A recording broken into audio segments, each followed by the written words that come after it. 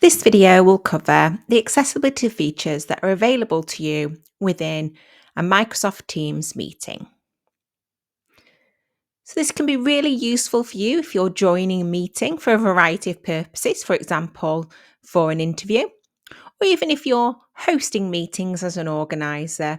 It's great for you to be aware of the accessibility features that are available to both you and to your attendees within a meeting. So, what you'll notice straight away in the meeting that I'm in is that I'm already using something that's called live captions within my meeting. And I'm going to show you how you can set your Microsoft Teams to do this as well. So, if you'd like to have live captions displayed, now this is something that's individual to the person that joining the meeting. So, each individual attendee would need to set this up in their own Teams client. You'd go to More Actions. You'd go to Language and Speech, and you would turn on or off live captions.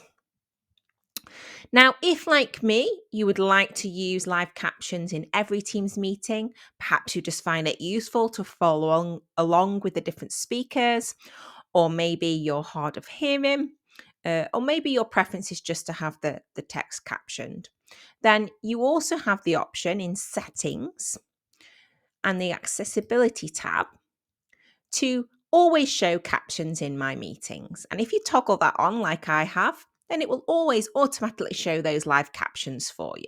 So that could be a really useful tool to both use for yourself and to advise your attendees in Teams meetings to use. In addition to this, if you do have any users attending your meetings that use sign language and you're using signers within a Teams meeting, then you can choose also in the accessibility tab to prioritize signers on the screen. You also have, via the video effects in the More options, the ability to use a variety of different backgrounds, and these can really support with accessibility as well.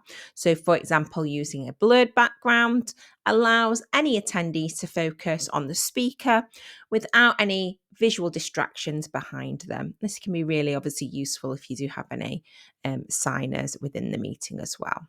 Or even just using a different background just for privacy reasons as well. So it's a great one for accessibility. You can also use reactions within a meeting, and can be a great way for you to interact without needing to jump off of mute or to speak in a meeting. It can make people feel a little bit more comfortable using these emojis, or indeed raising your hand before you speak as well. If you are using the chat function within a Microsoft Teams meeting, then any text that is here can also be made accessible for you or any attendees in a meeting as well. By going to the More options, you have options to access the text in Immersive Reader or to translate the text, which will make it in an accessible format for you as well. So that covers a couple of the ways which you can make your Microsoft Teams meeting experiences more accessible for you and for any attendees that might join your meetings. If you'd like to find out more about the Microsoft accessibility tools, then you could email hello@phoenix.co.uk.